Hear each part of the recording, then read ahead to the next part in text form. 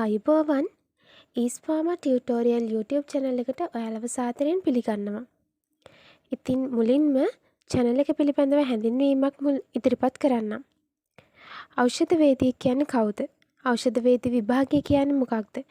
ඒ වගේම ඖෂධ වේදී විභාගය සාර්ථක වෙන්න ඔයා කරන්න ඕන දේවල් මොනවද?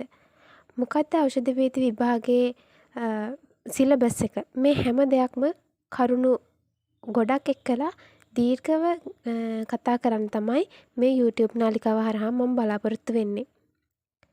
ඖෂධ වේදී විභාගය ඒ කියන්නේ internal or external pharmacist exam එක කරලා licensed pharmacist කෙනෙක් විදිහට වෘත්තිය ආරම්භ කරන්න කැමති ඔයාලටත් external pharmacist exam එක කරන්න බලාපොරොත්තු වෙන අයටත් සරලවම විෂය නිර්දේශයට අදාළ පාඩම් සියල්ලක්ම මේ නාලිකාව හරහා කොටස් වශයෙන් ඉදිරිපත් කරන්න මම බලාපොරොත්තු වෙනවා.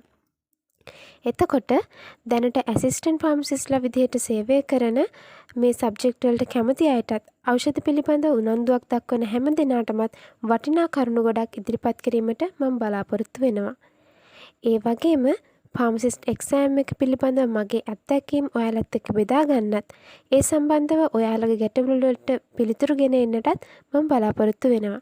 ඉතින් channel එක subscribe කරලා දිගටම රැඳී ඉන්න කියලා ආරාධනා කරන ගමන් අදට ඔබෙන් සමුගන්නවා. ස්තුතියි.